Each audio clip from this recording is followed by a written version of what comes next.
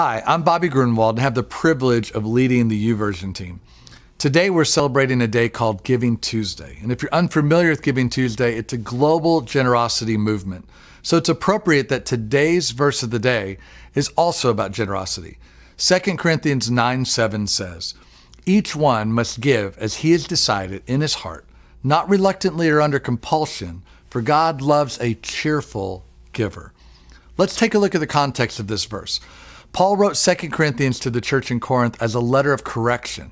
In this letter, he touched on several topics, including the struggling Christians in Jerusalem. They needed financial help, and the church in Corinth had promised to take an offering to send to them. But a year later, when Paul wrote this letter, they still hadn't sent help. The Corinthians were one of the first churches to embrace generosity, and they had an obvious opportunity to give. So why weren't they giving? Well, have you ever noticed that we tend to give our time, our energy, and especially our money to the things that we love the most? The Corinthians loved God, but they needed a reminder that loving God takes action. And not just action, a cheerful action.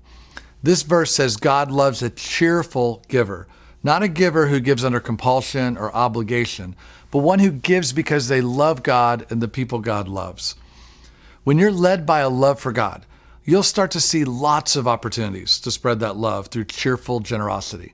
But in this particular passage, Paul was telling the Corinthians specifically not to wait to give financially. Today, I invite you to take a look at the way you spend or invest your money and how it reflects what you love.